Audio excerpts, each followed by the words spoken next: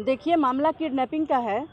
18 तारीख को मेरी ही गाड़ी से मेरे हस्बैंड की किडनैपिंग की गई थी और वो गाड़ी पाटलिपुत्रा स्टेशन से मीडिया भाई लोगों के माध्यम से ही पता चला। पुलिस नहीं पता की है, ठीक है, पुलिस कुछ नहीं पता कर पाई गाड़ी कहाँ है। FIR तक अभी तक दर्ज नहीं हुआ है। कितनी तारीख को गाड़ी मिली है? गाड़ी मिली है कल गाड़ी मिली है जी।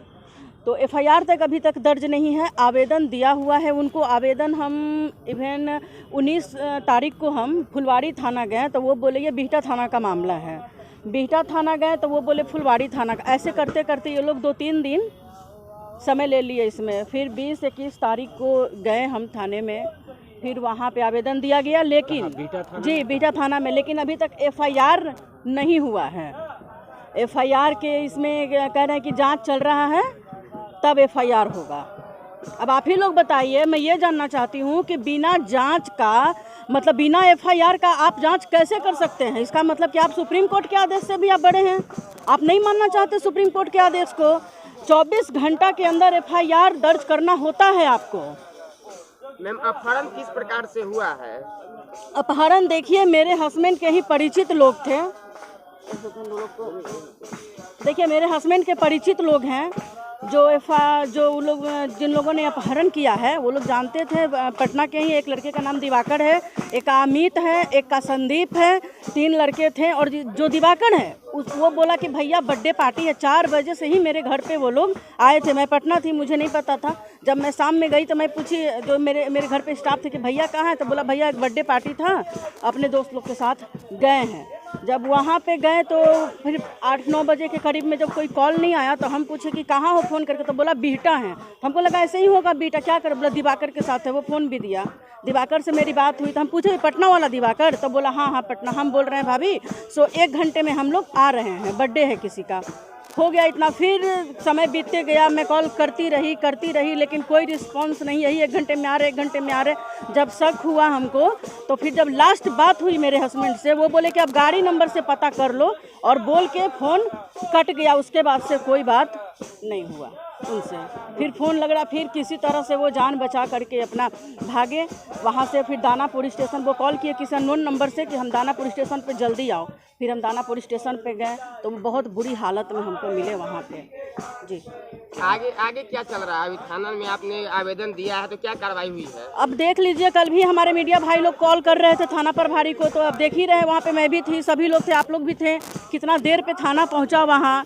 और GRP RPF में उन लोगों को स्पेशली थैंक्स कहना चाहूँगी कि उन लोगों ने मतलब बहुत अच्छा पहल किया, और कम से कम समय पे पहुँचे वो लोग। और जितने देर तक नहीं गाड़ी गई, जितना थाना नहीं आया, उतने देर तक वो लोग खड़े रहे। बहुत बड़ी बात है। आप देख लीजिए बिहार पुलिस किस तरह से काम करती है। और अभी तक FIR कॉपी हमको नहीं मिला है।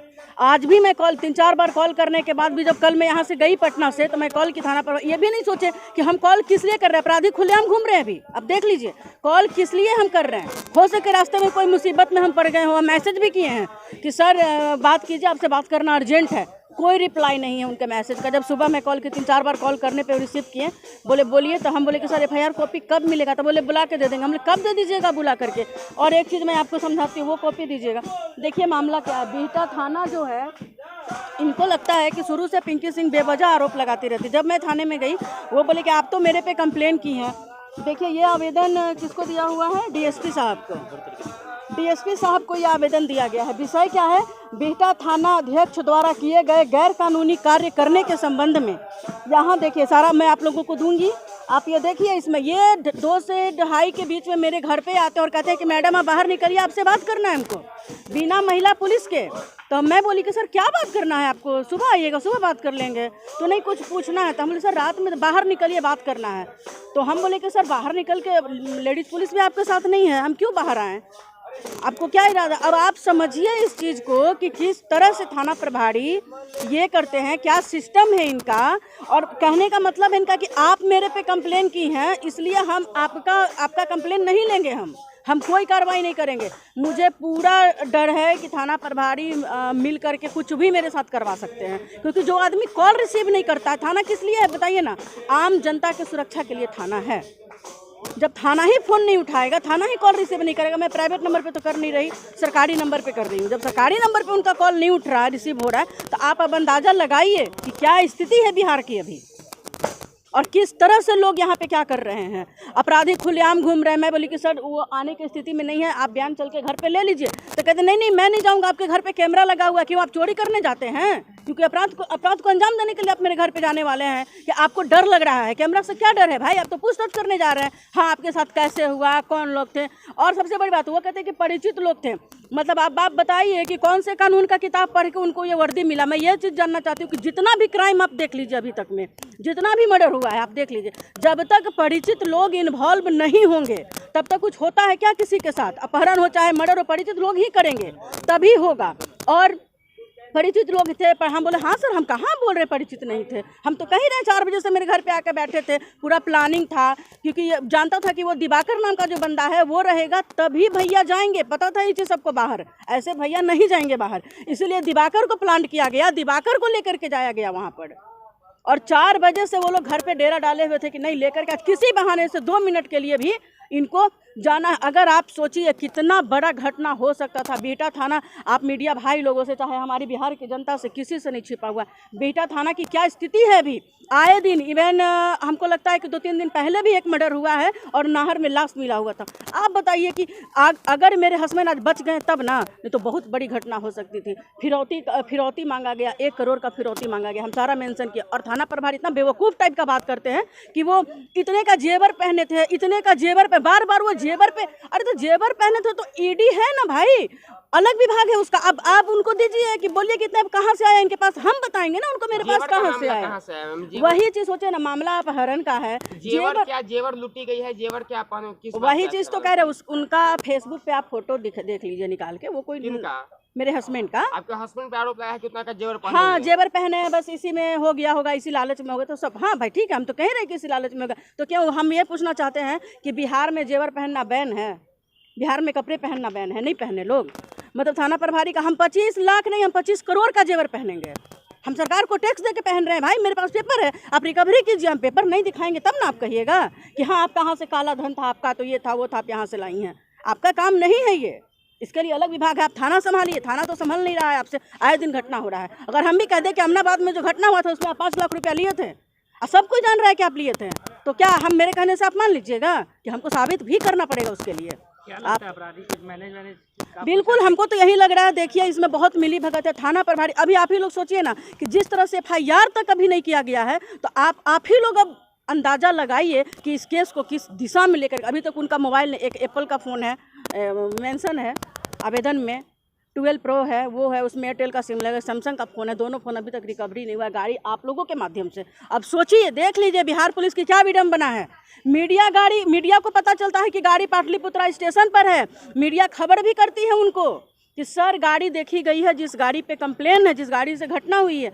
वो बोलते हैं कि आप लोग को ना पता चला है, हमको पता चलेगा तब हम ये करेंगे। अब बताइए, उनको देखिए, उनको तो शुक्रिया अदा करना चाहिए आप मीडिया भाई लोगों का कि कम से कम आप लोग उनका काम आसान कर दिए। लेकिन नहीं, उनको इससे तसल्ली नहीं है, उनको खुद जांच करना है। मैं तो ये नहीं समझ पा रही हूँ आखिर जांच किस चीज़ का करेंगे? जब तक सारा फुटेज ख़त्म हो जाएगा, सारा प्रूफ मिट जाएगा, तब वो जांच करेंगे। उस ढाबे पे जा करके आप फुटेज कलेक्ट किए जिस ढाबे पे सारे अपराधी बैठे हुए थे, जहाँ पे वो लोग खाना खाए थे?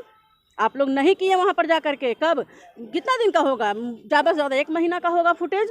1 ही महीना रहता है ना, बहुत 10 दिन रहता है, 6 दिन भी रहता है। सबका कैमरा का अपना अलग अलग है, हो सके उसका 10 दिन का ही हो, आप वेट कर रहे हो, बहुत तरह का। मैं तो सबसे बड़ी चीज़ है कि देख लीजिए थाना में, अगर मान के चलिए कि मैं यहाँ पे खड़ी हूँ, किस थाने के अंतर्गत आता है ये गांधी मैदान? जिस भी थाने के अंतर्गत आता हो। अगर मेरा यहाँ पे अभी मर्डर हो जाए तो क्या बोलेंगे यहाँ के थाना प्रभारी कि नहीं नहीं मैडम बिहटा थाना को आने दीजिए, आप बिहटा की हैं, तब हम आपका कंप्लेन लेंगे, तब आपके साथ कुछ करेंगे हम। ये कौन सा नियम है? FIR तो हम किसी भी थाने में कहीं भी करवा सकते हैं। आपको ज़्यादा ये है तो आप FIR को ट्रांसफ़र करिए उस थाने में, आप देखिए कि क्या मामला है। अच्छा मैम, जो पूरी घटना हुई है, जिस प्रकार से थाना में लेट FIR दर्ज होना, फिर गाड़ी पुलिस द्वारा बरामद नहीं करना, फिर लेट से पुलिस, तमाम प्रकरण आपको क्या लगा, किन किन लोगों पे आपकी शक जा रही है? देखिए शक तो बहुत लोगों पे है मेरी, ठीक है। मैं पुलिस से यही चीज़ कह रही हूँ कि आप जांच कीजिए।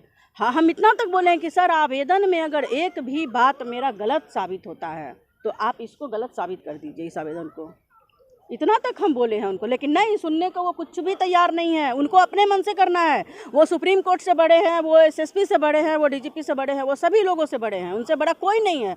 रंजीत कुमार जो बिहटा के थाना अध्यक्ष हैं, उनसे बड़े अभी फ़िलहाल कोई नहीं है, वो सबसे बड़े हैं। उनको ये नहीं, उनको मतलब उनका कहने का मतलब है कि हम कोर्ट के आदेश को नहीं मानेंगे। तो कोर्ट के आदेश को नहीं मानेंगे तो मैं उनसे एक चीज़ कहना चाहती हूँ कि अब कोर्ट में ही आपको खड़ा होना पड़ेगा और कोर्ट में जवाब देना पड़ेगा कि 5 दिन तक एफआईआर का कॉपी क्यों नहीं मिला, क्योंकि मैं तो नहीं छोड़ने वाली। आज मेरे साथ हुआ, सभी का यही सवाल, जब पिंकी सिंह के साथ हो सकता है तो किसी के साथ भी हो सकता है ये चीज़। बात को आप लोग समझिए। यहाँ पर 4 दिन से गाड़ी लावारिस हालत में पड़ा है, वो भी स्टेशन पाटलिपुत्रा जंक्शन। आप समझिए पब्लिक प्लेस है वो।